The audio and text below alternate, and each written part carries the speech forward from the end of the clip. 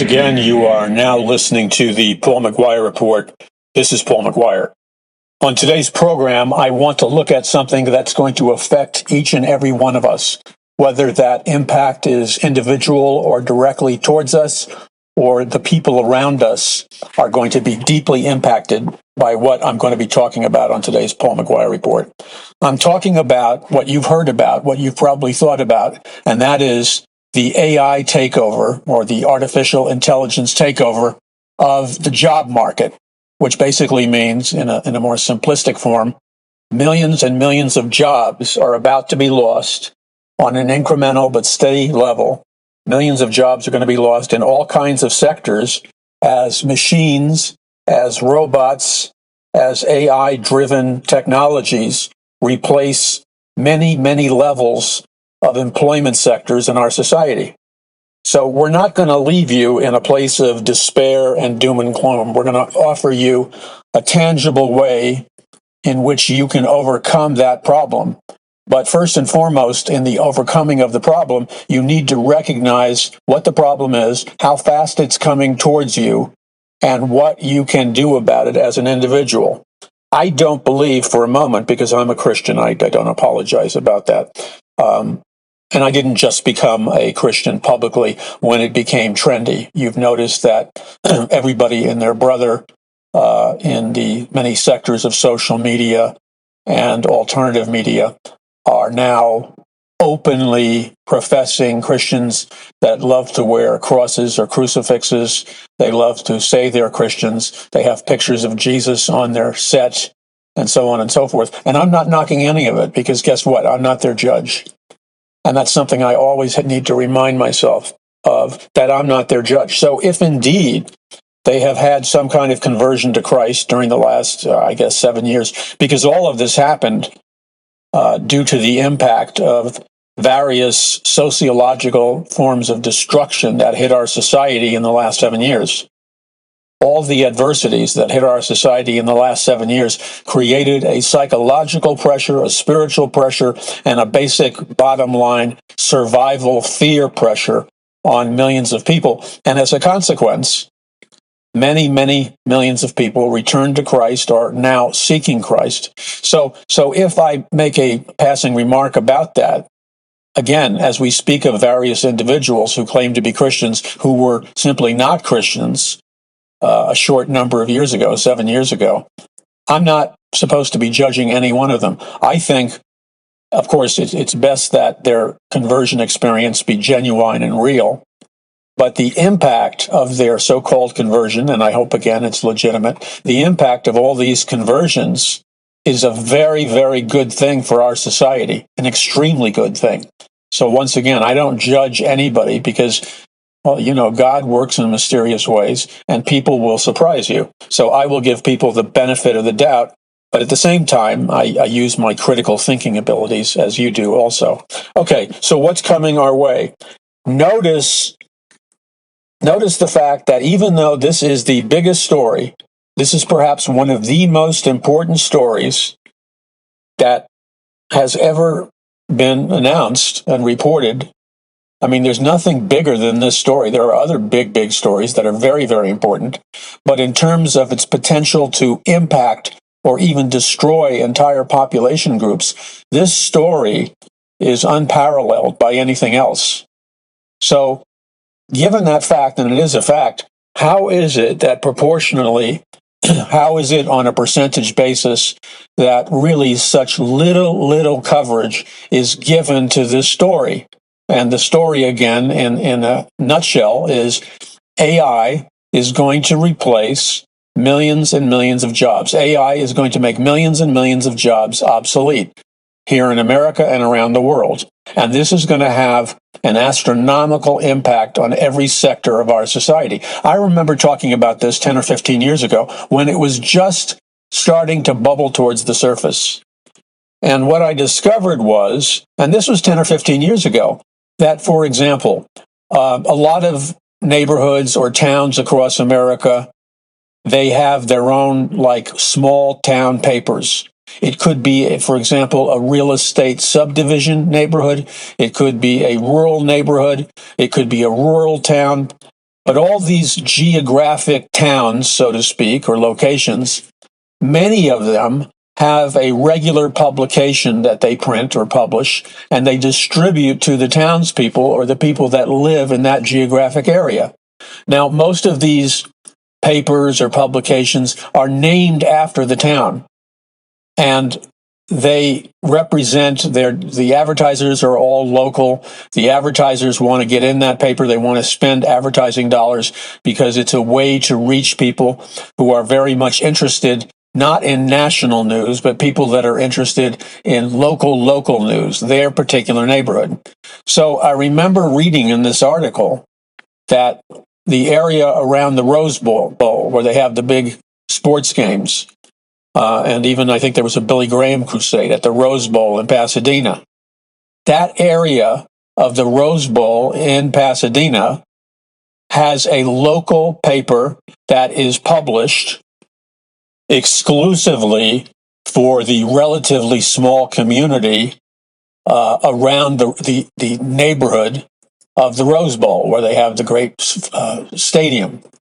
So you would think, I mean, your natural instinct is to think that, well, this has to be the editor, the writers, the reporters, the photographer, the owners of that local Rose Bowl neighborhood in Pasadena, California.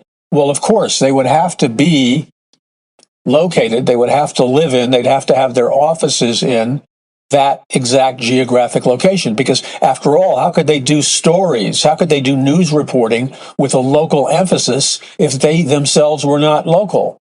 And then as I continued to read on in this article, it mentioned the fact, and this blew my mind, it mentioned the fact that this local Rose Bowl newspaper publication, and these things usually come out once a week, once a month, twice a month, or even more. But the thing that stunned me was what the article disclosed was the local Rose Bowl neighborhood paper, which featured photographs of people that were local, stories that were local, et cetera, was written, published, photographed, and everything else, not even near the Rose Bowl, not even in the state of California, not even in the United States, but this local Rose Bowl magazine publication was actually published, produced, written, the reporters and everything else in a foreign nation, an Asian nation, and I don't remember the nation. It was either I think it was in one of the free nations of China. So it was published, in the Pacific. It was published in China.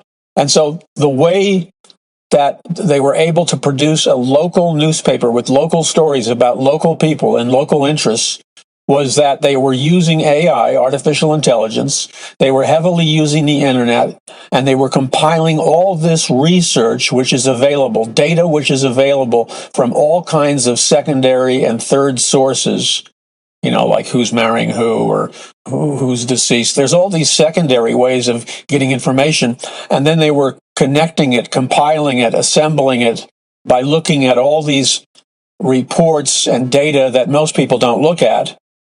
And because they had the speed enhancement of AI, they were able to produce a local Rose Bowl newspaper publication, but they were able to produce it from China, from one of the Chinese nations. And then this article went on to say that there are thousands, tens of thousands, and I'm sure more than that. So let's just say there are tens and thousands of local publications being published in the United States, in especially scenic type of areas like the Rose Bowl, places in Montana, places in Hawaii, you could go Yellowstone, you could go on and on forever. And all these local publications and local papers are not managed, produced, edited, reported, written. They're completely produced separately. They have no direct connection to the United States of America. And yet, when you read these papers, you would swear that they were written by local reporters who visited local business owners, local families. They covered local news of importance. And you would have been absolutely convinced that this was totally a legitimate local publication. And the same is true for all these other countless thousands of local publications that would print local stories about local businesses and local people and all kinds of local interest stories. But once again, it wasn't even partially made in the United States of America. It was made in some far-off place like the Philippines or India or China. And so what does this say? It says that all the Americans who formerly had jobs as reporters, photographers, advertising salesmen, magazine production people, printers, etc., all of these categories of employment it was no longer American people living in America or American people living in these particular locations who were producing these local publications. All of these local publications, by the thousands and thousands across the United States, are via AI, via technology, via research on the internet, producing publications that are being actually produced and managed and run from, far-off nations like China. And that means there are millions and millions of local jobs being lost to AI, to foreign publishers. And this moves not only in the local newspaper publication business, but there's many, many areas of business which are now being replaced by AI, or they have been shipped overseas. And nobody knows it because they're so well done. Nobody questions for even a moment whether or not they were written, produced, and had stories created by reporters living in that particular American location.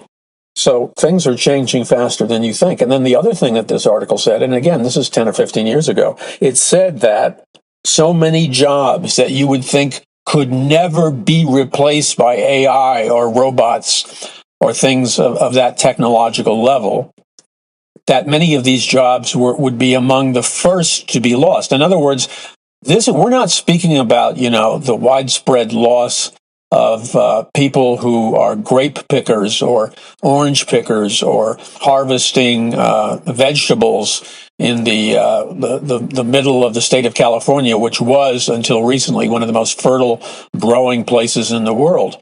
We're not talking about the widespread and pervasive loss of the lower tier jobs. We're talking about the loss of lower tier jobs, middle tier jobs, and what would be considered the higher level jobs. So what this article pointed out was people who had jobs like plastic surgeons, media personalities, or television personalities who would appear on a local television network and deliver the news or give an analysis of the weather. Very somewhat sophisticated jobs that you would never in a million years dare to dream that these jobs were vulnerable to replacement by AI and robots.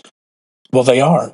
And this is happening. And factory assembly workers on an assembly line and all kinds of things. So we have just entered the very beginning of this.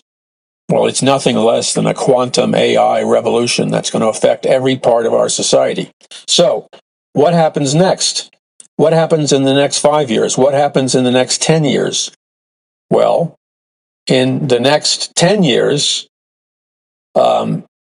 analysts, and some of these analysts, by the way, are AI analysts, they are reporting that AI, artificial intelligence, could end up displacing a massive number of jobs just in the next decade or the next 10 years.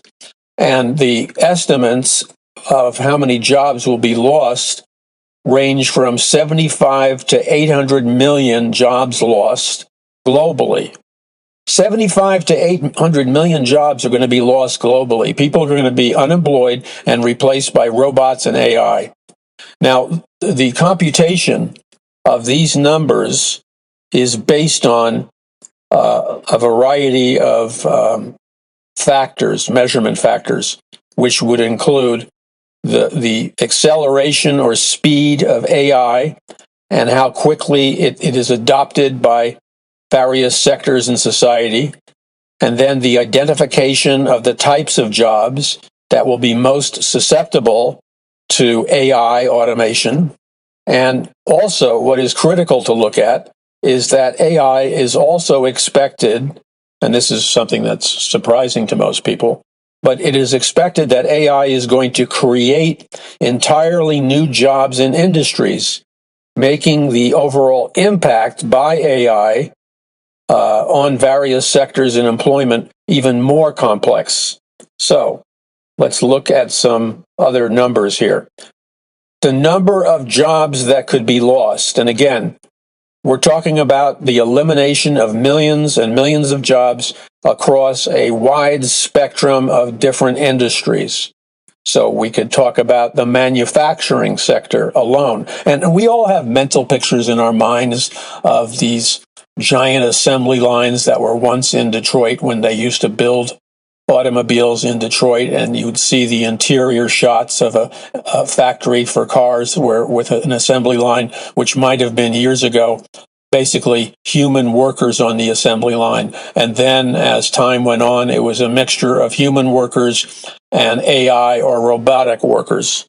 So that's an example of what's going to happen. So in the automobile manufacturing sector alone, and manufacturing itself as an individual sector, you can see up to 20 million jobs lost. And you have think tanks that are projecting disturbing facts like this, and that is automation or robot jobs or AI jobs or machine jobs or whatever you want to call them could easily displace or unemploy between 400 and 800 million jobs globally by 2030. So 2030, by the way, just happens to be the due date for the ominous Great Reset. Remember, the Great Reset is supposed to be, according to the Great Reset people, according to the World Economic Forum, according to the UN, the due date for the arrival and basic completion of the Great Reset is supposed to happen by 2030. So it's not an accident that the estimates of somewhere between 400 and 800 million jobs lost globally will occur by 2030. Now, why? How can I say that? I can say that because the heads of the Great Reset, people like the former head of the Great Reset, Klaus Schwab, made that infamous remark that makes you want to barf instantly, where he said to Americans and people all over the world, as an arrogant, self-appointed elite that he is, he said these words which are nothing more than a lie. And he said the famous words which I've quoted often to you: you will own absolutely nothing, but you will never be happier in your whole life. Now that is a lie. That has never happened in human history. In fact, the opposite of that has happened in human history. That's the exact same lie, word by word, that was given to the that was given to the Russian people by the communist revolutionaries when they were trying to sell communism to the masses in Russia. Those were the words used by the Chinese communist revolutionaries when they were trying to seduce the common citizens into going along and becoming communists. They were promised that communism was going to usher in a kind of heaven on earth. Well, have you seen anywhere at any time any remote evidence that communism has ever in its existence, from when it was first created by Karl Marx, the author of the Communist Manifesto? Have you seen any evidence whatsoever of communism producing a heaven on earth utopian state? Well, of course you haven't. It always produces the opposite. Far from producing heaven on earth, the Great Reset, communism, socialism, globalism, what it will produce is not heaven on earth. It will produce hell on earth. And you will own absolutely nothing because you'll be below dirt poor. And it's a total lie to say you'll never be happier in your whole life.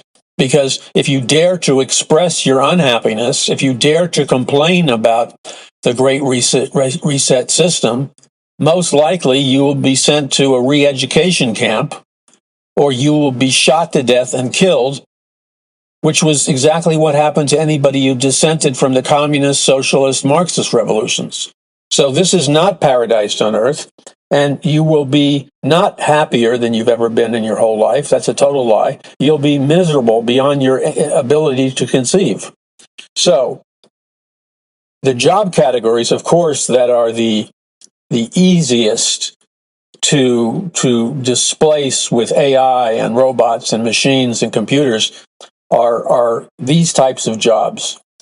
Any job which is repetitive and hires employees to perform routine tasks, those kinds of jobs, because they're, just any job that's repetitive and where you're performing routine tasks, it's easy to conceive that your job could easily be replaced by some kind of AI robot.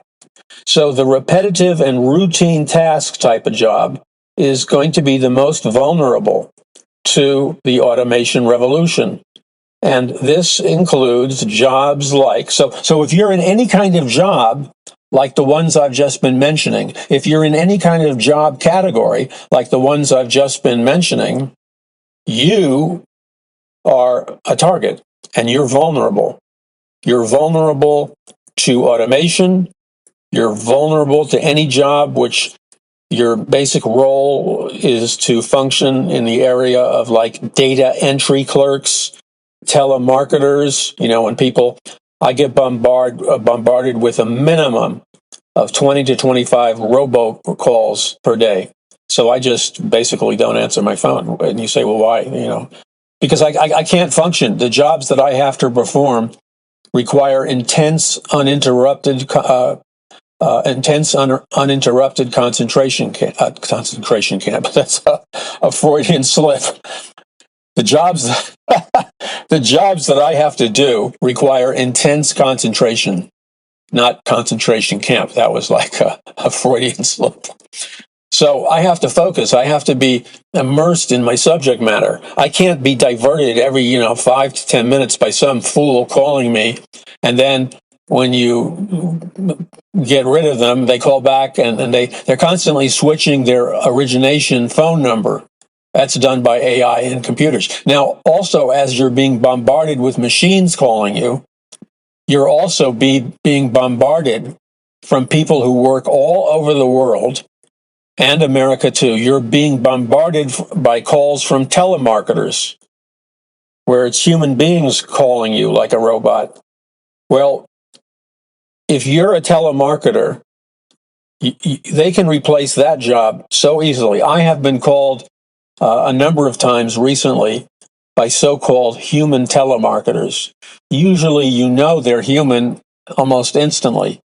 Okay, but the acceleration, the growth, the evolution of the skills and abilities of a robotic AI-driven telemarketer, where you're no longer talking to a human being, you're now talking to a AI program machine that has been programmed with such sophistication that it knows how to mimic, it knows how to imitate very cleverly. It comes off like it's a human being. Okay, so a number of weeks ago, one of these robotic AI telemarketers called me, and we were in the first opening line that the so-called female voice made. It caught me off guard because I thought it was a human being, but yet part of me couldn't help but noticing an unexplainable oddity in the tone of her voice. And so by the time we were into the second and third sentence, in fact, in time we were into the second sentence, as this so-called female human being was responding to my questions, there was it was an almost unnoticeable oddity in her voice. And then I realized in like the second sentence that she made towards me was, I'm not talking to a human female telemarketer. I'm talking to a robotic AI telemarketer. And the reason I was able to figure that out was the responses to what I said to the telemarketer didn't elicit a normal human response. It very much sounded like a carbon copy. Well, people don't even know what that means anymore, so I'll use a different expression. The telemarketer sounded like an exact duplicate of a human being telemarketer, but there were slightly odd deviations in her voice pattern, and the way she would the words she would use to answer my questions were non-typical. Okay.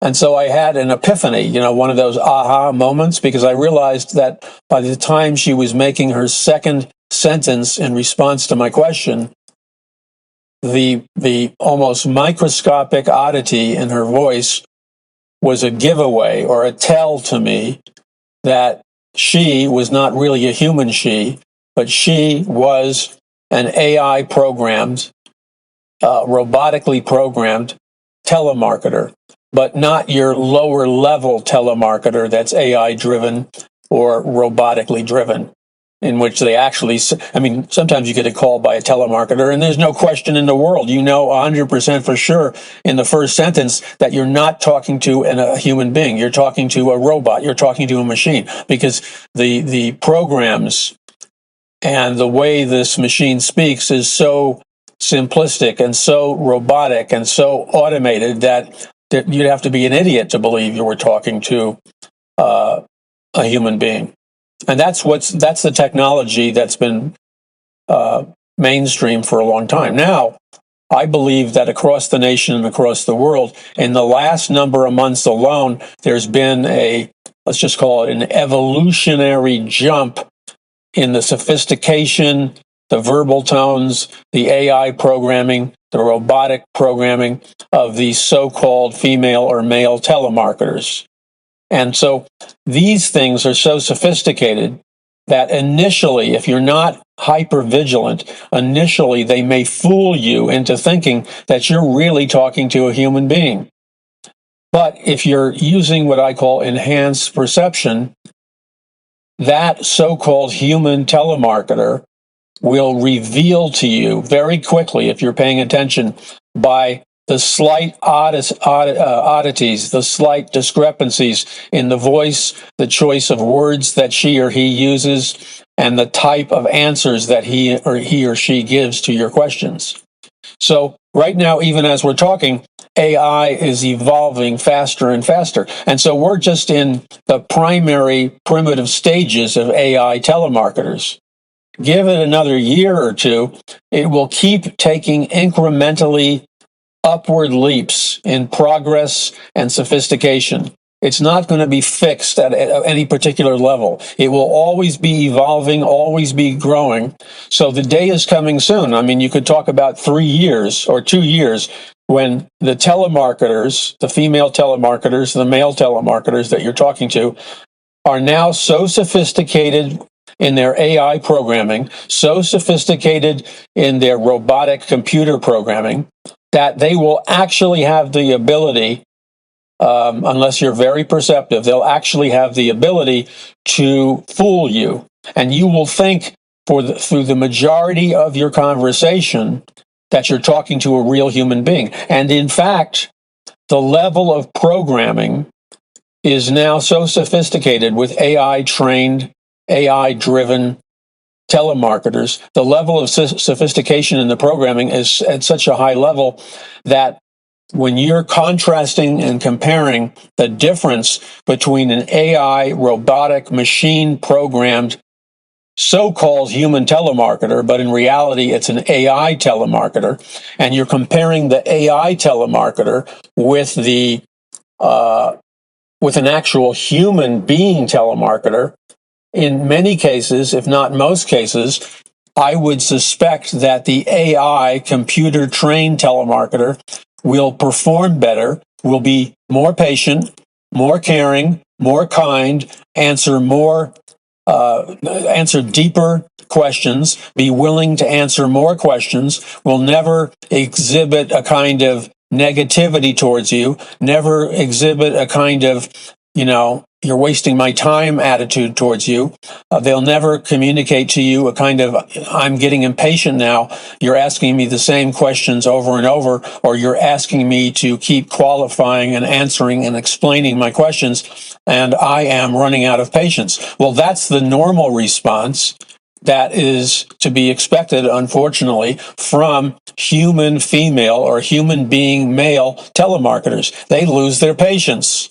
So if you contrast that behavior with the infinitely patient, kind, and too perfect to be true, if you want to know the truth, human AI program telemarketer, and you compare it and contrast it with a human being telemarketer, I would say that in the next 2 years or earlier, the human being telemarketer will rate consistently inferior in all ways in comparison to the consistently superior AI program telemarketers.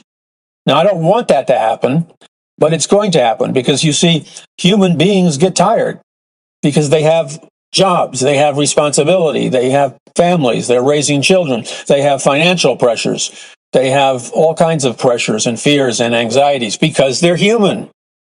And so what happens is that even though the human being will have the intention of giving you good service because they know that they're going to be surveyed, the human being program telemarketer may have every intention of doing an outstanding job, but because they're an authentic human being, they're susceptible to the temptations and imperfections that go along with being a real human being. Again, there's all these outside factors that robot AI telemarketers are immune from. Remember, a computer, a bot, an AI program telemarketer doesn't run out of energy, doesn't get tired, doesn't have a headache, isn't battling off depression, isn't thinking about some big life problem in their lives. See, when you're an authentic human being, you're human. And that's what makes a human being a human. But the machine will always beat the human being in most cases, at least in the category of telemarketer or similar jobs.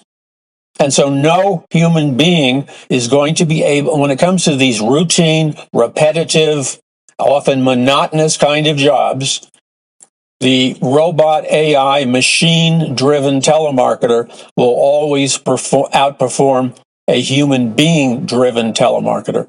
And you know, that's sad, but that's the way it is. So if you're a businessman that has no concern about having the American people employed, you have no concern for the safety and prosperity of the American people, and we have many businessmen, many corporate heads today who I believe function as if they were soulless.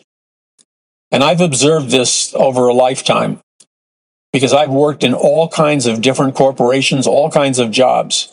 And that exposure to so many different job sectors, both high and low, the many numerous jobs I've had in all kinds of industries and corporations, etc., has given me a vast overview of the big picture.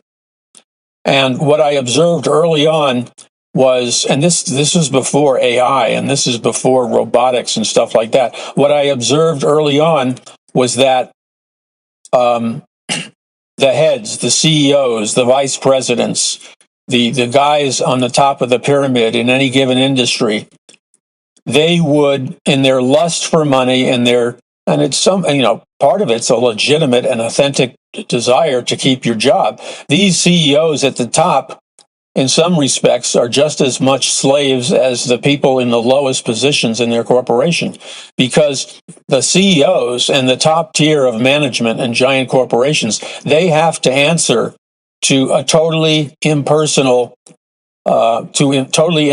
stockholders and the stock market. And they have to produce quarterly statements and other statements that show profitability. And not only do they have to show on paper profitability, they have to show precise future numerical proven expectations of future financial growth by that corporation and future profitability and longevity for that corporation.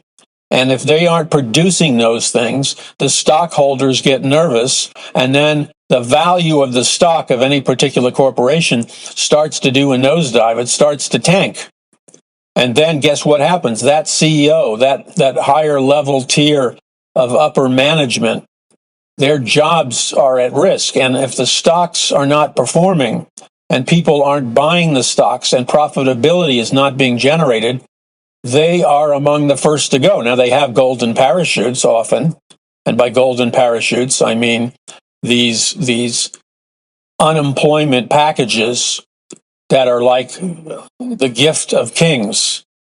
They have these lucrative, super wealthy, totally unsubstantiated retirement or unemployment packages, so that if they quit or they get fired or whatever, if they get asked to step down, they are guaranteed an enormous financial payout to the tune of millions and millions of dollars, medical benefits of the highest level, all these additional financial incentives, financial packages that go far beyond merely the massive pool of wealth they're going to get, but they're going to get a piece of the action in the future. And the point is that even if they are fired or let go, the CEOs, the CFOs, et cetera, even if they're fired or even if they're let go for not generating profits, for poor management, it's like they're immune from the ramifications of their poor management, because they're sent off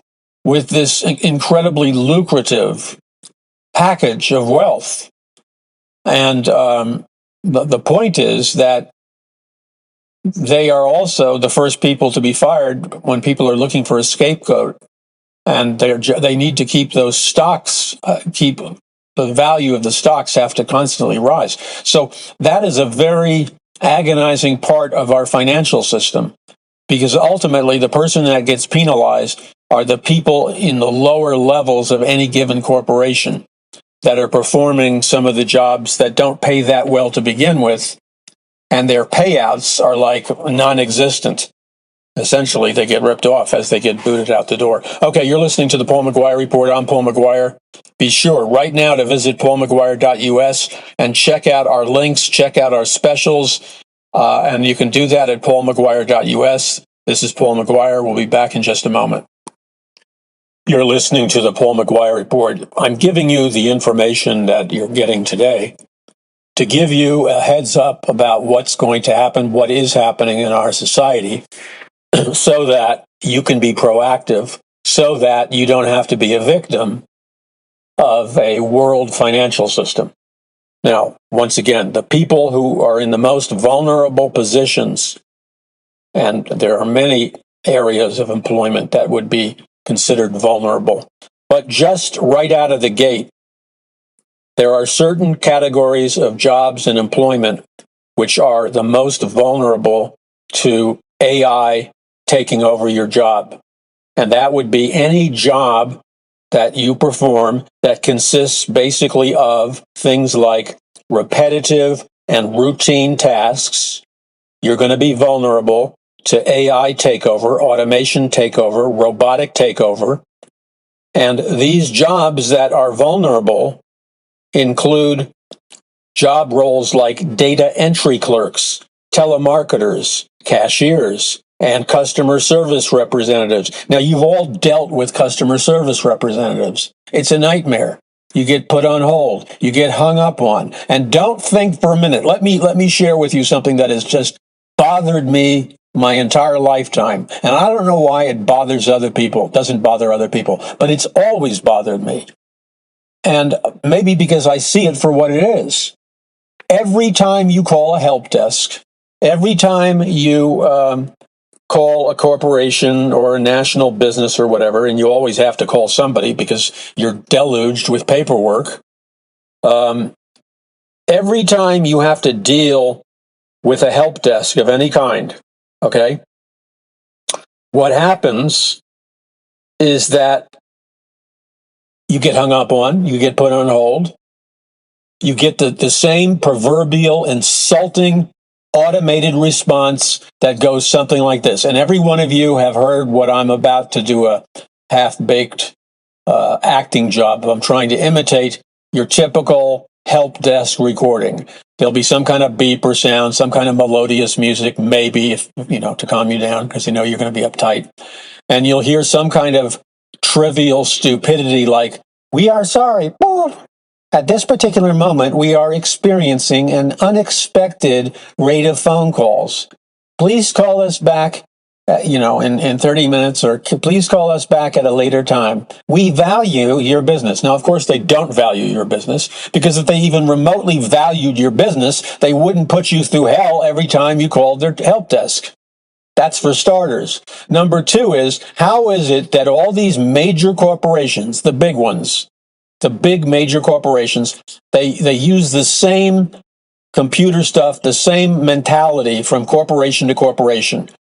They always use the same excuse. We're experiencing an unexpected level of phone calls, right now. Please call us back at a later time, or, you can leave your phone number and somebody will get back to you.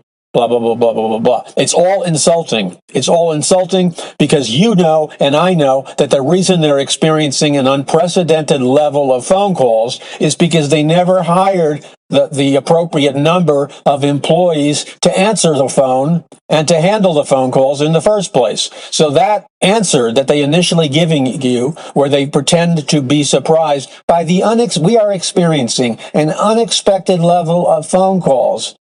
That's a lie. Unexpected level of phone calls. Every time I call your corporation, I hear the same recording. So what you're telling me, assuming your help desk is open 24/7, what you're telling me is that 24/7, every time I call your corporation, you're experiencing an unexpected level of phone calls, and that you're sorry. Well, how could that be? Because any business worth its salt and doing an analysis of its own business practices would realize that if you were constantly experiencing this higher level of phone calls, which is prohibiting you from answering the phone and talking to your real customers like you and like me, the reason they can't come to the phone, they're saying, is we're experiencing an unexpected level of phone calls right now. Well, any business would be constantly evaluating where it's making money, where it's losing money. So in any kind of inventory being conducted by any corporation, they would, within weeks, determine that, hey, let's just hypothetically say, on a daily basis, it's a big national corporation. So on a daily basis, we receive an average of 4,000 phone calls. But we only hired a phone call answering staff or a help desk of, let's say, hypothetically, 200 people. Now, three months have gone by, and they've done a lot of advertising, and they've come out with a lot of new products. So their business has grown. It's expanded. So now they're not getting, an average of 4,000 calls a day. They're now getting double that. They're getting 8,000 phone calls a day. But they're still operating and running their business as if they were receiving a far smaller number of phone calls today. That means they've hired only enough employees. Initially, they hired 200 employees to answer their phones and answer the help desk phone calls. They just have 200 employees. But their business has grown because they've allocated money. They've spent funds on advertising and the development of new products. So the number of phone calls they're getting to the help desk and questions and things like that, they still have the same 200 people answering for all these calls coming in.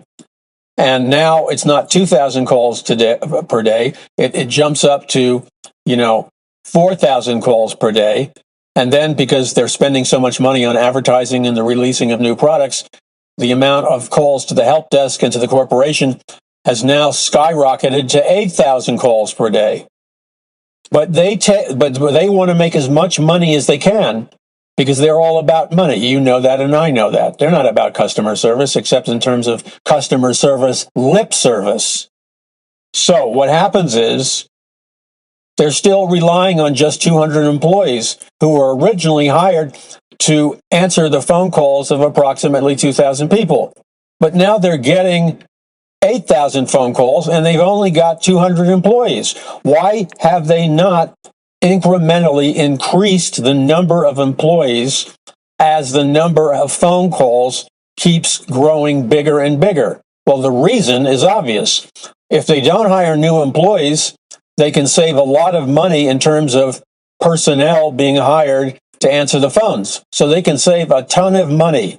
And when they save a ton of money, they can increase their profits big time. And what does that do? They increase their profits, which has the other effect of vastly increasing the value of their stocks. So they increase their profits and they increase the value of their stocks enormously. And this makes the CFO and the CEO and the top tier of management look like heroes, and they get big job offers, and they get sweetener packages of more benefits, more salary, more perks.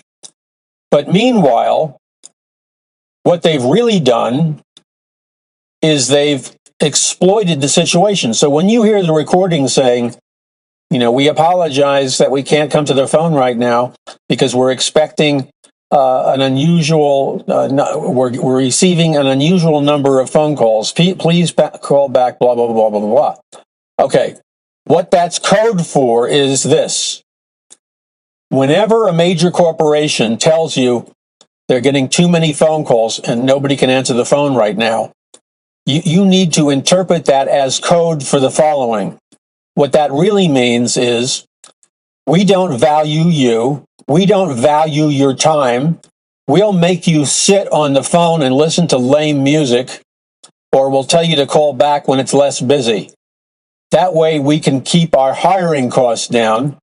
And since we don't value you, and because we don't respect you at all, because we wouldn't do this if we really did respect you, we only value you to the extent that we can use you and exploit you to increase our profits. So what we really mean by these recorded statements is this. We know the longer we have you wait to get through to our help desk, the more profit we're going to make. Because, yeah, it's true, time is money. But that works both ways. You, the consumer, me, the consumer, our time is worth money. The corporations don't value that.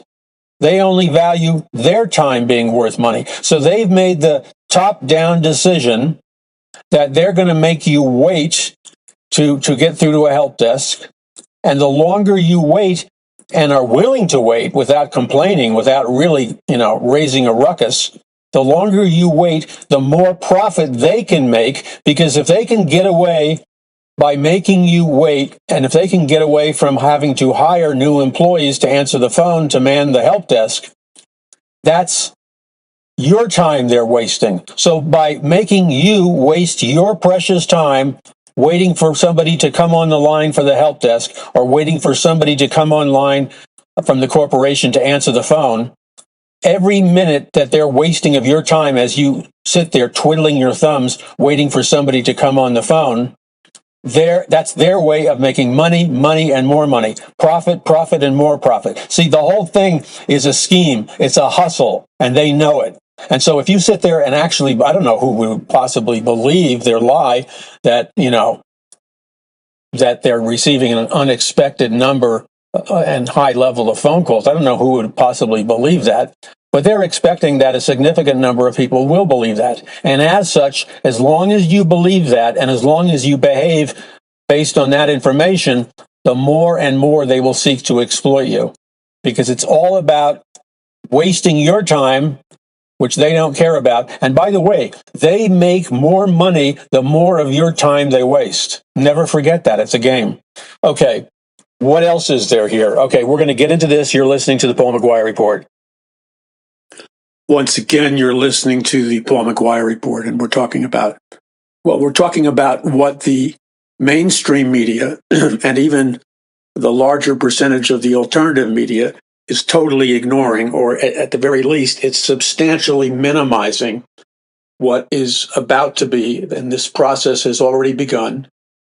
I'm talking about, of course, AI, artificial intelligence, replacing human jobs in America. Human jobs by the millions. That's right, by the millions in America alone. We're not even talking about globally, where it gets into hundreds of millions of people. So let's just start with America. In America alone, countless millions of jobs will be obsolete. They will not be hiring. They'll be shutting down because AI will replace human beings in many, many areas. And you know what? The experts don't even know for sure what areas will be impacted because we've never gone through a season, if you will, of a complete revamping of the economy. And remember, who owns the economy? This is, when you hear the baloney and the blowing of the smoke in your face and not even bother, I cannot stand to watch the local network affiliate channels like, 2, 4, 7, 5, and here, I'm talking about Los Angeles. These are the most, I'm trying to use more professional words here. The media, the local media, this is where most people get their news. Okay. The majority of Americans get their news from the hype and media control of local network media. So they may be owned by NBC, ABC, CBS, or some other gigantic media conglomerate that you may not know about, but they're the true owners and controllers of local media. And when you look at local media in the Southern California market, it is nothing less than an abomination. It's an abomination because it is the most biased, deliberately misdirecting people continually from the central truths that they need to know. So let's just take this particular issue. The media, the Great Reset people, the people that own these mega globalist corporations, they don't want the masses to know what's really going on because they know panic would ensue.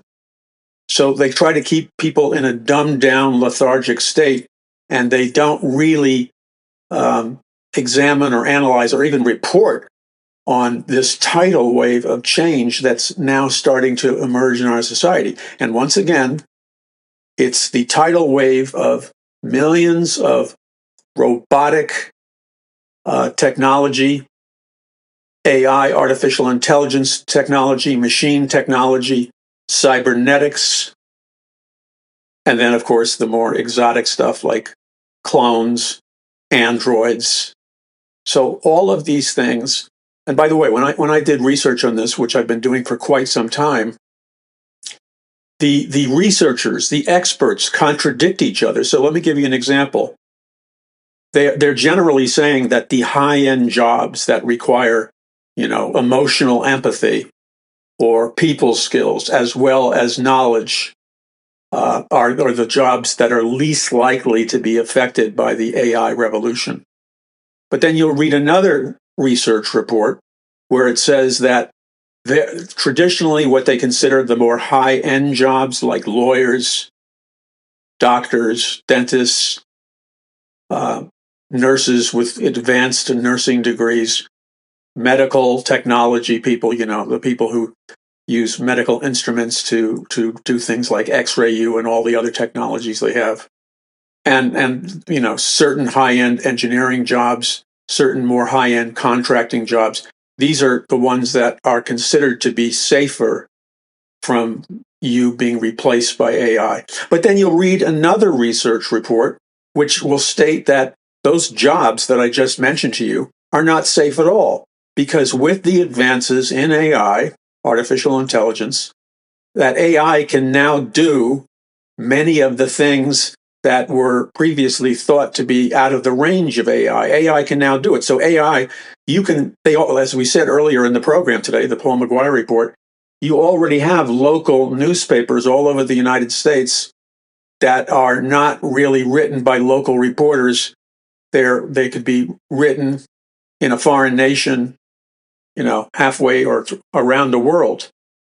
And like the Rose Bowl, I don't know the name of the publication, but the local publication that is published for all the people that live in the Rose Bowl, California, where they have the parade and stuff. That community has a local paper, and that local paper is not written by local human beings. It's written by AI.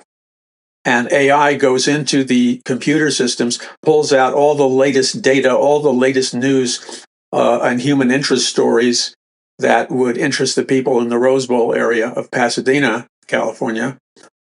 And then it publishes it. And most people think, oh, they're reading the local paper and they feel good. You know, they have that emotional feel good thing going on because you think you're getting local news from a local reporter and it gives you that homey feeling. Well, a huge percentage of all those local newspapers are published by AI in places like Taiwan and the Philippines and God knows where. So also, many jobs in the legal arena will be replaced by AI. And we're talking now, this is beginning now. This is not coming, 10 years from now. It's ramping up at high speed in the next 2 years. And I'm trying to give you this information, not to upset you, but to give you a heads up so you can acquire the knowledge and information that you need, which you're not going to get from other media outlets because they don't want to rock the boat, even if the boat's sinking. So you need to have information so you can be proactive and so you can survive, thrive, and do and be and not be a victim. That's an essential theme in this program, that if you're reading the Bible properly, God is teaching his people over and over and over again that he never created them to be victims, but to be victorious and overcomers. And I take that seriously, and so should you. Okay, let's look at this.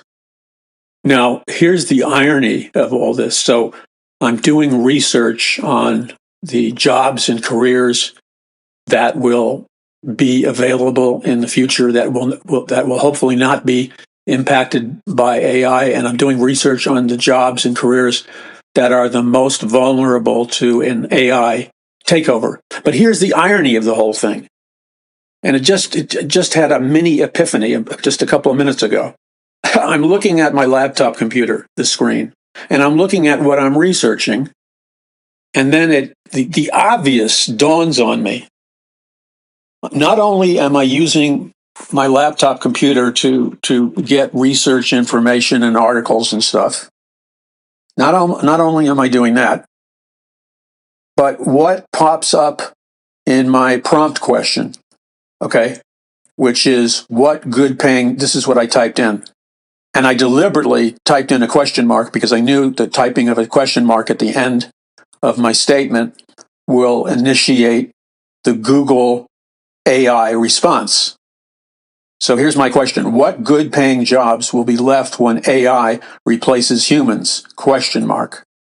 And then boom, right dominating the first page and the second page, and it continues on for a while. The AI system of Google is giving me its artificial intelligent answer in a chatty, it's programmed to speak to you in kind of a chatty way, not to be confused with Chat GPT or whatever the heck it is. Okay, which we're on, by the way.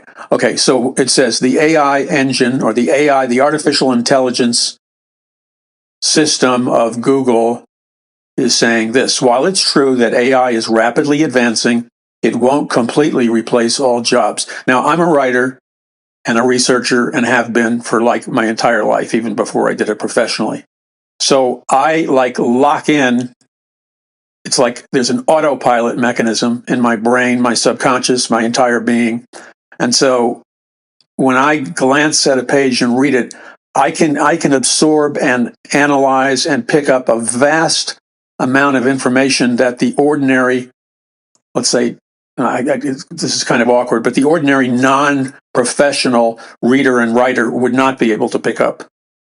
So the first thing that I pick up, and it hits me like a sledgehammer. It's not a neutral thing. It's like I'm operating in a zone of enhanced perception. And by the way, one of the sub-themes of this show is I've been trying to educate the listeners of the Paul McGUIRE Report for years on how to increase their intelligence, increase their knowledge, how to increase their perception, which I call enhanced perception, because these are not just things you're born with. You can actively develop and expand those things. And God told me a long time ago, if I've given you knowledge and wisdom in certain areas, my expectation from you, Paul, is that you're going to pass it on to my people. So that's what I'm all about. Okay. So again, I'm reading this is not being written by a staff of human beings, of men and women who are writers, reporters, researchers, analysts, or whatever. This is entirely being written by a computer. Okay. No human being is writing this. This is the Google computer writing to me. So notice, I'm just going to read the first sentence again. And notice I'm trying to read the sentences. I'm trying to do it in such a way that I'm amplifying a little bit. I'm trying to amplify the intended emotional tone of the AI system that is writing this article. So I'm mimicking, if you will, I'm imitating the emotional, psychological tone that this is being written in, because that's, I believe, more effective than if I was to underline it with a pen, because nobody's following this by writing in a pen. It's a way of focusing in on the intentional, well, let's call it for what it is. It's a way of focusing in on the intentional psyop strategy that is going on in the writing. So let me read it to you again. While it's true that AI is rapidly advancing, it won't completely replace all jobs. Now, that tone in my voice was semi-robotic, and noticed how it was positive, it was upbeat, it was empathetic, and it was reassuring. So this is what we're talking about when I hammer home over and over again, knowledge is power and stuff. So opening sentence, while it's true, because they know the reader, that's you and me, is already predisposed to be suspicious of Google and AI, because AI and Google are AI, for crying out loud. They're big tech. So they start with kind of a disarming statement. While it's true, that's to get you to drop your defenses. Okay, that's to get you to jettison your suspicions. While it's true that AI is rapidly advancing, so they're acknowledging the AI revolution, but they're rebranding it in a very soft, reassuring tone of voice. While it's true that AI is rapidly advancing, it won't completely replace all jobs. And that's the key phrase they want you to have you embed that in your consciousness. They do not want you freaking out. They want you to know that AI is going to cause significant upheaval in our society, but it won't completely replace all jobs. So that's the reassuring statement, because they don't want, especially a big tech company, they don't want people throwing rocks at it, okay? It won't completely replace all jobs, especially those requiring human qualities like empathy, creativity, and complex problem solving. High-paying jobs that are likely to remain include those in healthcare, doctors and nurses, education, teachers, professors, creative fields, artists, musicians, and certain skilled trades. Additionally, careers focused on AI development and management, like robotics engineers and AI researchers, are expected to grow. So they're trying to say massive changes are coming, but there are going to be good jobs available in these fields. Now, being that I make my living communicating to people from a biblical worldview, but I integrate a biblical worldview with science, economics, technology, and all the other things that I dive into, because I have felt from the early days when I first accepted Christ into my life, when I would look at the Christian culture, I was very much bothered by the aberrant nature of the Christian culture, because my salvation was legitimate. I was raised in an atheistic, humanistic home, but I had an expectation, and I believe I should have that expectation, that those people that are claiming to be children of God, those people that are claiming to be born again, should be significantly more intelligent, more knowledgeable, more responsible, more victorious, more on top of it, more on the cutting edge than the general population. Because if you're claiming the big claim that you know the God of the universe, there better be some evidence in your life, or people have every right to be suspicious of your claims. So I look at the Christian culture back then, this was 40 years ago, I look at it today, and it is, as a friend of mine, Frankie Schaeffer, the son of the great Dr. Francis Schaeffer, the most influential Christian theologian and philosopher in the last 75 years. And his father had an enormous impact on my life. Frankie, I don't know what Frankie is doing right now in terms of his theology and philosophy. I know something about it, but I don't think I would. I think I would agree with him in many areas, but I think there are certain areas that I definitely would not agree with him about. In any case, he and his father said a lot of very truthful things. And I think it was Frankie Schaeffer that wrote the book Addicted to Mediocrity, where he was talking about the Christian culture from the perspective of his father and himself.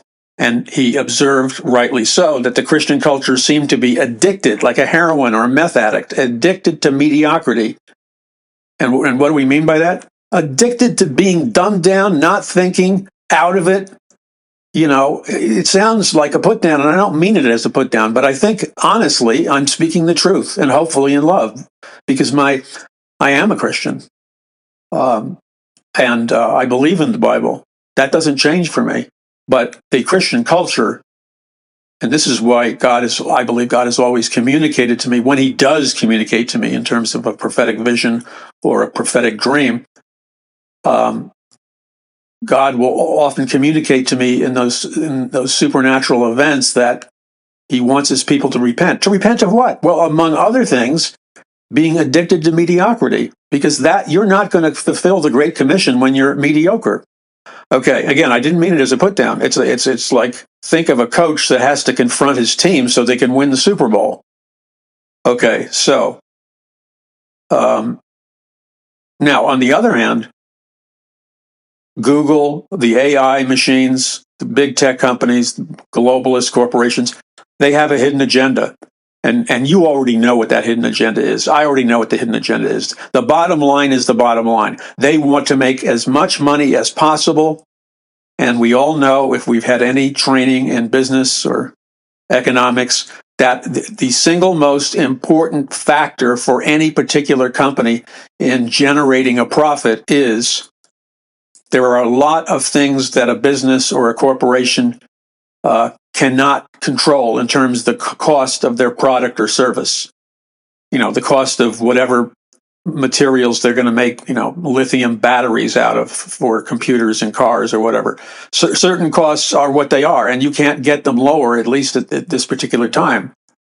So in the business world, the age-old axiom is the only cost to a corporation or a business that can be controlled by the corporation and business is the cost of hiring employees, the cost of paying salaries or commissions. The biggest cost for any company is its employment, job-related costs. That's the one area where you can manipulate things. And when I say manipulate things, the dirty, nasty truth is, and you know what I'm going to say already, is that the main way they can control costs is by shrinking people's salaries, shrinking people's incomes, firing people, reducing staff, letting go of staff, and now automating. And automating has been going on for a long time, but now it's going through the roof. So AI, don't fool yourself that, they can charm you all. The AI article can charm you all it wants. Like, it won't completely replace all jobs. Well, you just let a monster inside of the house. Okay, just imagine you've locked the doors on your house. Imagine it's a 2-story house in a suburban neighborhood. You've turned on all the alarms. You think you're safe and secure. The next thing you know, you hear some banging at the doors and the windows. The next thing you know, something smashes down the front door, and the lights are low. It's because it's night, and all you can make out, it looks like somebody's dressed up in like a Frankenstein outfit for Halloween, or wearing some kind of monster outfit for Halloween. And so in this parable that I'm making up as I'm talking to you, a monster For all practical purposes, the only thing you can figure out is that a monster has broken down the front door of your house, and there is a monster on a rampage in your house. And that monster's out to destroy you. Now, that's my made-up instant coffee microwave mix of a parable, Paul McGUIRE mini parable. And so that's what AI is. AI is the initial phases, of the beast system, 666, wireless currency. The Great Reset has rebranded itself. The Great Reset used to use the term the New World Order, which means one world government, one world religion, one world economic system. And the Great Reset is a rebranding of that term, but those three areas of power, global government, global religion, and global economic system, are going to be in place, but they're going to be wireless and ultimately controlled by and run by AI. So the beast system and the 666 financial system and the nanochip implants that have already been implanted create a global electrical grid that the Bible refers to as the beast system, headed up by the false prophet and the Antichrist. It's the beast system. So it's not so far-fetched when I make up a parable and say there's a monster in your house and the monster is running a rampage in your house. It's not so far-fetched, is it, when you think of what the Bible literally says and the kind of symbolic parable I threw together. Okay, so here it says it won't completely replace all jobs. But here's where the lies come in. And this is what I want to focus in on. Every communication that you've ever received in your life from these giant institutions, and you know what I'm talking about, they have always lied to you, and they've always lied to me consistently, year after year, decade after decade. They lie, lie, lie. And they lie. You don't think that AI isn't lying to you with this soft-pedaled article on jobs in the future and the threat from AI? Look, for crying out loud, the article is written by AI. Now, they say, well, AI is not, it's still in a very primitive state. It's essentially a glorified robot. AI is nothing to be worried about because AI doesn't have consciousness. AI is not self-aware, and the fancy term for that is sentient. AI is not yet sentient or self-aware. So it couldn't, as such, they say with great confidence, as such, it couldn't organize or conspire to initiate a takeover plot to mankind, and it wouldn't deliberately create AI answers about the future of our jobs and our civilization. AI couldn't possibly have malicious intent or be involved in some kind of organized effort to take down the human race and enslave the human race. No, that's crazy talk. That's crazy talk. Is it crazy talk? Let me ask you a question. How do you know, how do I know that AI has not already become sentient? How do you know, how do I know that AI has not already become self-aware? How do we know that AI is not already has its own consciousness and its own awareness? How do we know that AI hasn't crossed that metaphysical barrier, if you will, and become conscious, sentient, self-aware, having consciousness? You don't know. You have to take their word for it. Now, I've been talking about for a long time the reality of directed energy weapons, and the head of the CIA, I have it in my book, the entire quotes. The former head of the CIA, spoke before the Council on Foreign Relations about the global usage of weather modification technology, which he called geoengineering. So he openly admitted that geoengineering has been going on for many decades. So for all those fools that mock you and laugh at you and try to dismiss you for telling them the facts about why there is weird weather, if they bothered to do any research at all, they would find out that it's a stone cold fact that the former head of the CIA admitted to. He just called it geoengineering. and weather modification technology that has been going on all around the world. And he said that the primary goal of this is to protect mankind from freak weather like the Earth getting too hot from the sun, or the world getting too cold from a lack of sunlight. That the purpose of geoengineering was to modify and protect our weather systems, our global weather systems. So that has been going on, and now there's a big lawsuit being initiated by somebody high up in the Trump department. They're initiating a major lawsuit against weather modification technology. They want to expose it. They want to expose who's behind it. They want to force them to pay all the potential medical damages that are connected to weather modification technology. So, the parade of the emperor who's naked and the kid that shouts, "The emperor has no clothes," that day has arrived. And so you can be on the side of stupidity. Being on the side of stupidity buys you short-term approval from your so-called friends and associates. Being on the side of stupidity buys you a short reprieve where you get a kind of counterfeit respect because you're going along with the thinking of the group mind or the world brain or whatever you want to call it.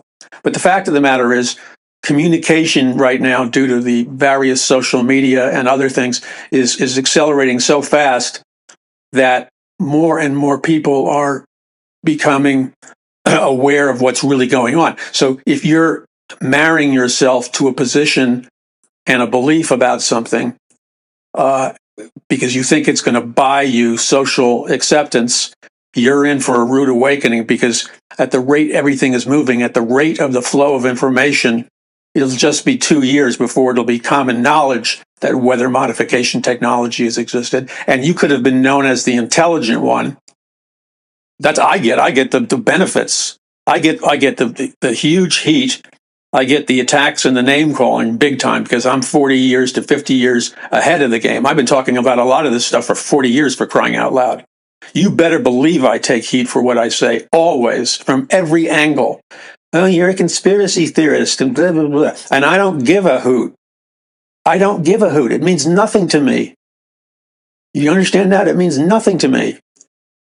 And what inevitably happens as the years go by, all of a sudden, the very things that I was preaching about and communicating to millions of people year after year, suddenly they become substantiated. Suddenly evidence comes forth. Suddenly there's a shift in the wind, and people understand that they were bamboozled, and the stuff that McGUIRE was saying, guess what? It was always true. He knew what he was talking about. I have people who listen to this show and my previous show, the Paul McGUIRE Show and the Paul McGUIRE Report. So these programs have been on for like 25 years by now, okay, or something like that. About 25 years. And they get in little sparring conversations with their family, their friends, their neighbors.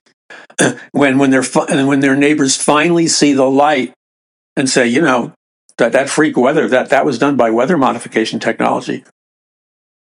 The long-term listeners of the Paul McGUIRE Report and my other program fire back at their friends little quip statements like, "Oh, you just recently woke up to that fact?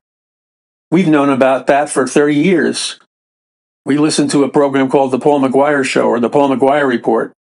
And McGUIRE has been talking about weather modification and directed energy weapons for 20 and 30 years. Where have you been?" You see, they're able to take a superior position. And so this is not about ego and pride. This is about winning a cultural, spiritual war. And if you can't put forth your truth or the real truth in scientific, technological, factual terms, you're going to lose the battle. If people don't respect you, they're not going to listen to you.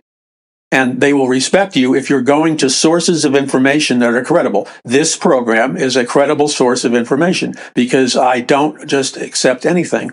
It has to go through analysis and all kinds of things. Okay, so I wouldn't trust. Is AI conscious? I don't know.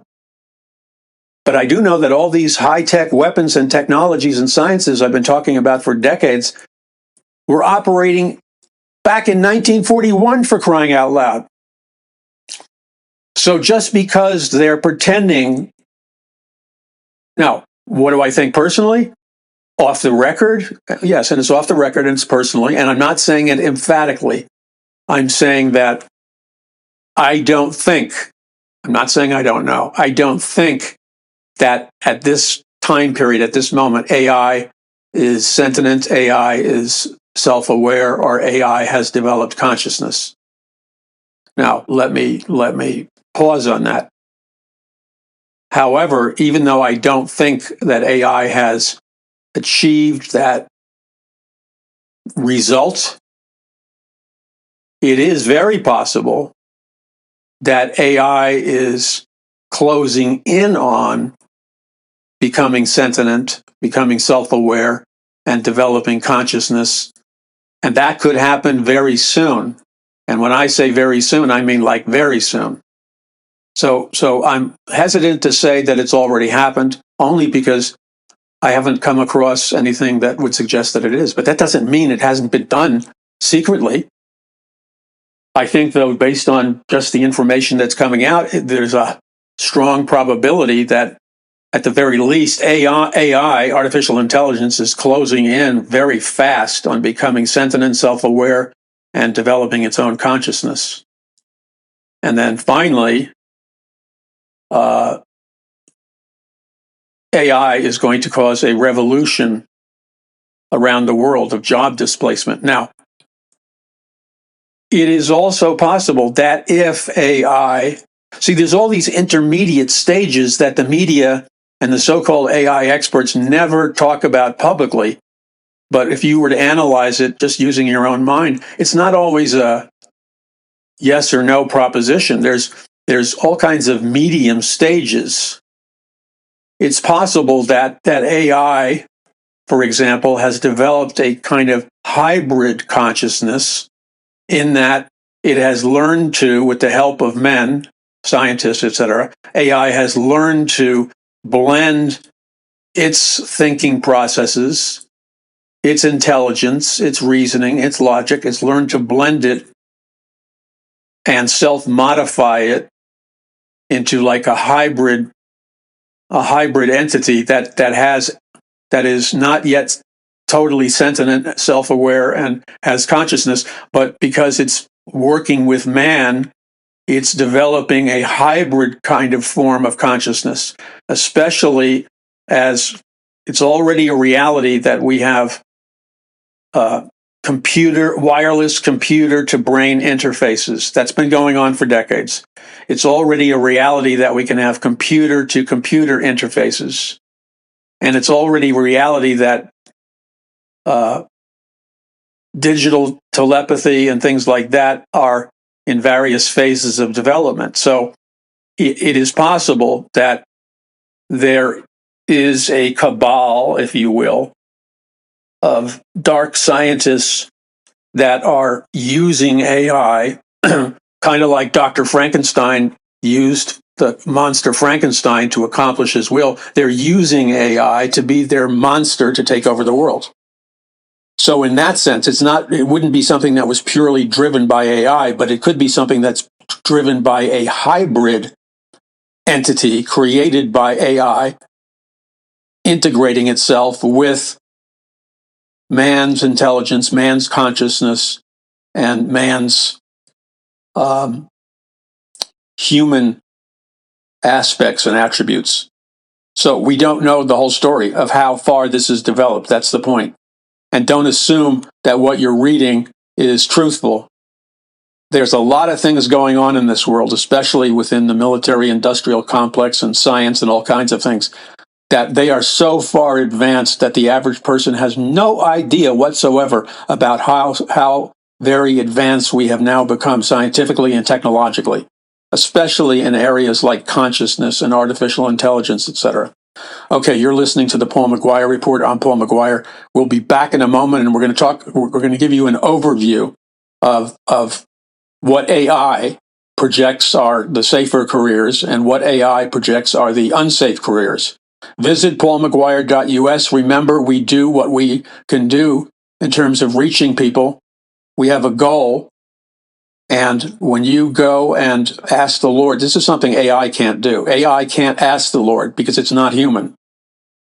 God is not going to have conversations with AI. God may direct and control and overrule AI, but God has said in his word that his crowning creation of all the creatures he's created, mankind is the crowning creation of God. And never forget that. In the image of God, he made them. Who's he? God. God made them both male and female. In the image of God, in the likeness of God, in the coding, you will, of God, God made them both male and female. And that's powerful. That is so far beyond AI, it makes your head spin. Okay, this is the Paul McGUIRE Report. We'll be back in just a moment. Visit paulmcguire.us. You are listening to the Paul McGUIRE Report. This is Paul McGUIRE. Okay. Again, the irony, I'm reading Google's AI to give me an analysis, for crying out loud, on what the future will be like with the advances of AI. Okay, so this is, remember, AI, the AI engines, the AI entities, whatever you want to call them, that are out there, and there are thousands of them out there right now. Don't think for one moment that you're getting an objective, nonpartisan, impartial perspective. You're not. These AI machines have been programmed by software developers to be biased, to be politically correct, to be pro-globalist, pro-Great Reset. They're biased. They're programmed to be biased. Just because they're logical computer machines doesn't mean they're not giving you information that has been deliberately warped and shaped to fit into the politically correct agenda, because that's the main purpose of it. So you're not really getting the truth. You're getting a filtered truth. So here's what AI, the Google AI, says. Jobs likely to remain. Doctors, nurses, therapists, counselors. Those are supposed to be safe jobs. Maybe that's true. Maybe it isn't. I would say it's not as rosy as you think. I think that's probably generally true. But I can tell you right now, there's a huge percent. It's happening right now, for crying out loud. A huge percentage of these jobs that I just read to you are being done by professionals over the internet using technologies like Zoom and other things. There are doctors who there's a huge percentage of doctors in all kinds of doctors' clinics that have their interviews with their patients and stuff over video, or over Zoom and the other stuff. That people are, less and less are people driving to some location to have a doctor's appointment. It's done by video. Education, it's not going to be as rosy as the Google AI is saying. The Google AI is saying that teachers, professors, and other educators will be needed to guide and support students, particularly in areas requiring nuanced understanding and personalized attention. That is BS. So AI is telling you that it's going to be happy days for people in the education profession. That is BS. It screams BS. You know why? Because if you're educated and you're already analytical, you have the intellectual firepower to examine statements like this, and instantaneously you can determine that this is a bunch of you-know-what and you're being lied to. But if you've been a dumbed-down clown, you're going to be sucker punched till you turn black and blue. Okay, so they're saying teachers, professors, and other educators will still be needed to guide and support students, particularly in areas requiring nuanced understanding and personalized attention. I'm a writer, okay? I make a living as a writer. Press releases in my early days, and I like 37 books, for crying out loud. This is smoke. This is blowing smoke in your face from the beginning of this paragraph to the end. It's one blast of cigar smoke in your face. When they say education, these jobs are going to be protected because we need educators, teachers, and professors to guide and support students. That's a general statement that actually doesn't mean anything, particularly in areas requiring nuanced understanding and personalized attention. Again, that statement means absolutely nothing. It's just using flowery words like nuanced, which means the ability to detect or perceive subtle differences in understanding, nuanced understanding. AI can develop nuanced understanding through literary means. I believe it can already produce nuanced understanding and nuanced communications at a far higher level than human beings already now. Okay. And personalized attention, I can talk to AI 24/7. The other thing is, look at, no pun intended, look at the core of the global educational system. It's one, right now, we're all under the umbrella of a global educational system that has a central core to it. The global educational system was developed by Julian Huxley, the father and founder of Common Core education, the founder of UNESCO, the United Nations Educational Division for Global Education. And Julian Huxley was the father of transhumanism, and Julian Huxley was the brother of Aldous Huxley, who wrote Brave New World. You get the connections? Yes, you do. Okay, so the Common Core curriculum that Huxley developed for a world education system run by the UN, which is already in place, by the way. Most schools use Common Core. Common Core, let me simplify. Whenever your student is being taught under the Common Core system, which was developed by the United Nations and Julian Huxley, Common Core simply means this. The teachers kind of preach or speak the party line to the students, okay? To the degree that the students repeat word for word whatever the teacher is saying to them and whatever the books that they're supposed to read are saying to them, to the degree that the students simply regurgitate and simply repeat word for word whatever was told to them, that is how they get higher and higher grades. So you can sucker punch the parents into thinking, oh, Common Core is excellent because Common Core, my child is now getting huge improvements in his reading and his writing and his arithmetic since they went to Common Core. Yeah, because the bozo parent doesn't understand that Common Core gives you a higher grade, not if you understand what you've been taught, not if you know how to think about what you've been taught, not if you are analyzing what you've been taught. Common Core will make sure you will get higher grades to the degree that you, in an unthinking manner, simply repeat word for word like a robot whatever was said to you by the teacher or whatever was written in the books, to the degree that the student simply repeats word for word what was said to them. That's how they get high degrees. They don't get high degrees or grades because they understand it, because they can do anything intelligent with it. It's just a robotic parroting of what they were spoon-fed. And so it's false. It's an indoctrination program designed to dumb down the student so the student will fit into a mediocre job, like maybe, delivering pizza in the future and be happy about it. That's what it's all about. You say, well, I don't believe that. The only reason you don't believe that is because you don't know what you're talking about. When the day comes that you decide to know what you're talking about and actually read, think, and study for yourself, then, and only then, have you earned a right to have a place at the table and enter into an intelligent discussion of the matter. Until then, humble yourself privately and learn and read and be open to the possibility that you may not know it all. Okay, so you're telling me, AI is telling me that that healthcare and education and these things, especially education, safe jobs. No, not safe jobs. Because the need for qualified teachers is going to shrink into a lesser and lesser demand, because if all you're doing is Common Core style education, that could better be done by a robot or an artificial intelligence machine, which spits out information and then will reward the student if the student robotically repeats the information.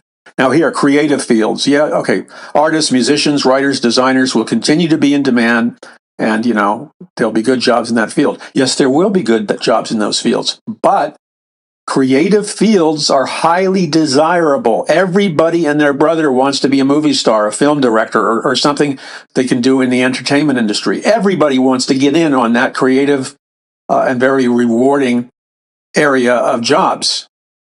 So the problem is that since so many people want to be in the creative fields, percentage-wise, there are not that many jobs available. Okay, look, I came to Hollywood to be in the feature film business, but I was in the feature film business before I got to Hollywood. I had already produced a feature film with theatrical distribution. I had already promoted in mainstream feature films, mainstream theaters. I had already promoted a whole bunch of feature films.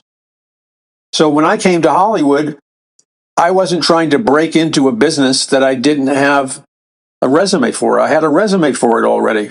But even with that resume, penetrating the Hollywood feature film, music industry, that whole thing is very tough to do. So every year, there are, I don't know how many, tens of thousands, 100,000 people each year. I don't know. It's at minimum in the tens of thousands, especially of women, attractive women who want to be actresses, who flock to Hollywood every year to pursue their dream, or singers, or writers in all the creative fields. They come to Hollywood to pursue their dream. And the vast majority of them, they may work in a couple of jobs here and there professionally, but the vast majority of them have to end up working in lower paid, far less desirable jobs. They have to, quote, keep their day jobs, and you know what I mean, while they're trying to make it in the business. And so they have to do, crummy jobs until that time comes. And many of them, a certain amount of years pass by, and they bail. They're nowhere to be found. They left. They got out of it while they still could. So this is a very dishonest report from the AI system at Google, because they're not telling you the real truth. Okay, so we could go in further area. Now here it's saying,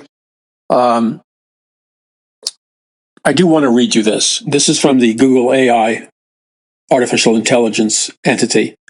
And let me read it to you. Skilled trades jobs that are likely to remain in demand despite AI advancements include those requiring hands-on skills, problem solving, and human interaction, such as electricians, plumbers, HVAC technicians, and carpenters. Additionally, roles involving complex decision-making, creativity, and specialized knowledge like surgeons and chefs are also expected to be less susceptible to automation. But you see, if you read this carefully, I grew up in a generation where everybody was taught that if you got a college degree, you wouldn't have to be a plumber or an electrician or a carpenter or whatever. And so everybody that could got a college degree because we were told that was your ticket to a better income, better employment. Well, guess what happened as the decades went by? The available jobs in the higher end sectors, the more glamorous jobs, they became less and less available. And the joke soon became, as the decades went by, that the guys who didn't go to college, the guys who were willing to do the less glamorous work of being electricians and plumbers and technicians and carpenters, all those guys that were willing to get their hands dirty and crawl under a house and stuff, they were starting to make big bucks, and they weren't getting afraid of getting fired because there was always a need. There's always a need for electricians and plumbers and carpenters and stuff. And so the rude awakening was that all the people in the so-called,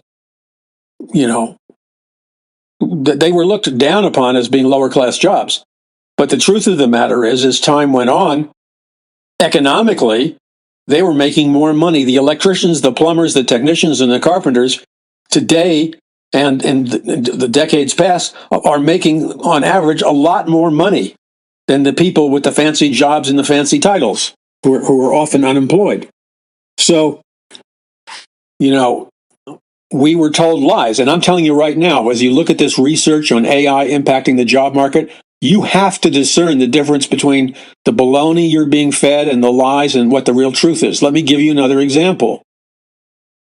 I remember at a certain even when I was in college, the college industry and university industry was promoting the idea that computers was the career of the future. Software programmers, computer technicians, computers was the wave of the future. Now, back then, when I was in college, this was before cell phones and the internet and all the things that a lot of you guys and girls take for granted. This was before all that.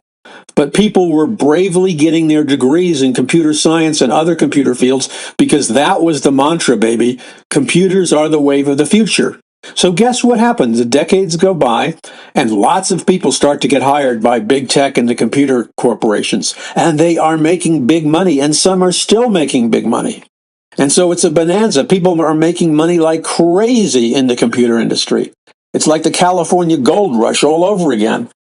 But as time goes on, the heads, and I'm not going to mention their names, you know their names. Their names are household names, every one of them.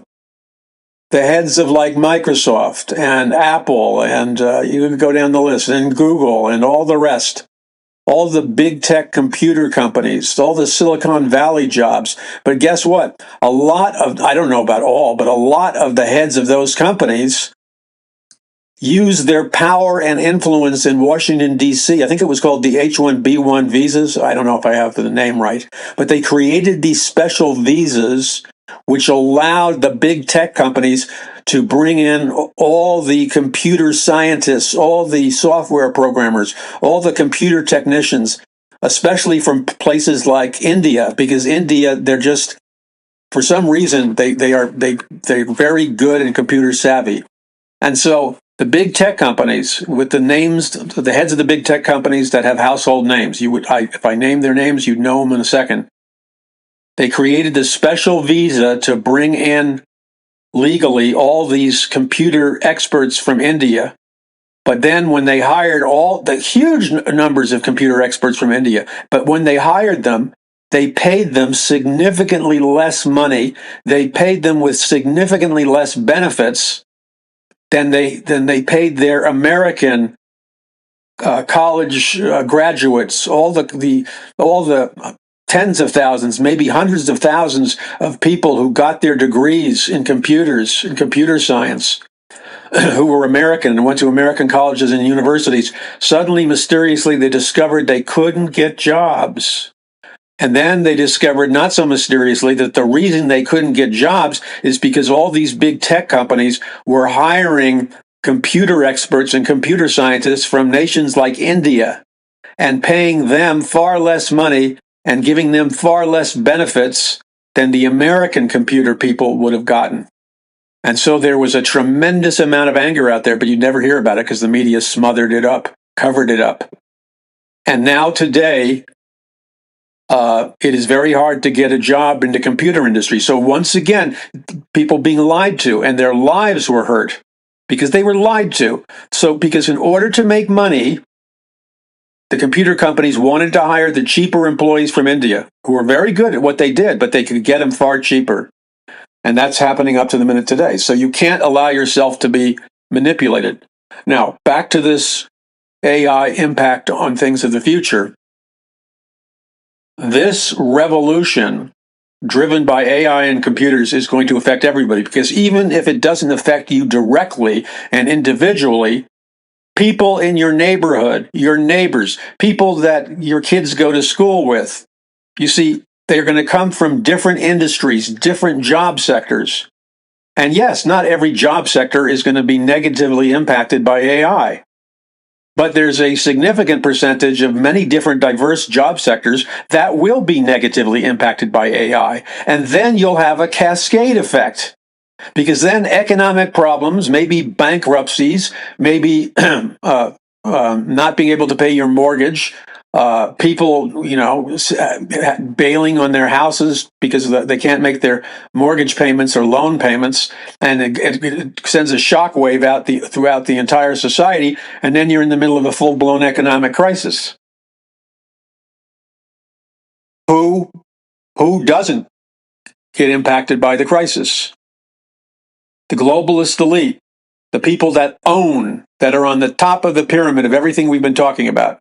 The people who are behind AI are the globalist elite. And That's why they want to create a great reset. Since they control all the mainstream media, they're controlling the flow of information into your mind, your children's minds, and your neighbors' minds. And so they're concealing from you the dirty, cold truth about what's really about to happen in America. They're not telling you. I'm telling you.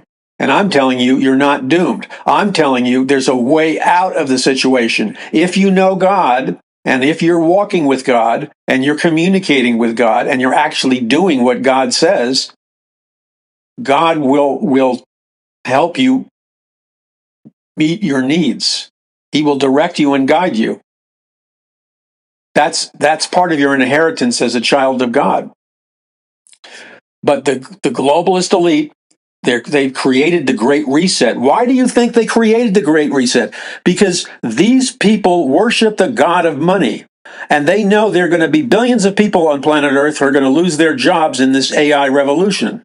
And countless millions in America alone are going to lose their jobs due to an AI revolution. They know that. They've known that for 150 years, for crying out loud. Yes. Yes. And they also know that the middle class and working class, they know the middle class, which was the hallmark, the existence of the middle class was the pinnacle of the American dream. But as America has gravitated to socialism, Marxism, and communism, and succumbed to the indoctrination from the globalist elite, America has drifted farther and farther away from God and become humanistic in almost every way. Now that America has embraced humanism, it makes it spiritually vulnerable to the collapse of the middle class and to the deterioration of what was known as the American dream. You should be paying close attention. You should be riveted. Not because I'm phenomenal. You should be riveted because the truth I'm telling you can set you free if you get a hold of it. So this thing is going to come in like a tsunami, and nobody knows it yet because they haven't conceptualized it. Symbolically, it's going to look like when Louisiana was hit by those massive floods, because the I forgot what you call those barriers they build to keep the ocean and floodwaters from coming in. And so massive amounts of water flooded the streets of Louisiana.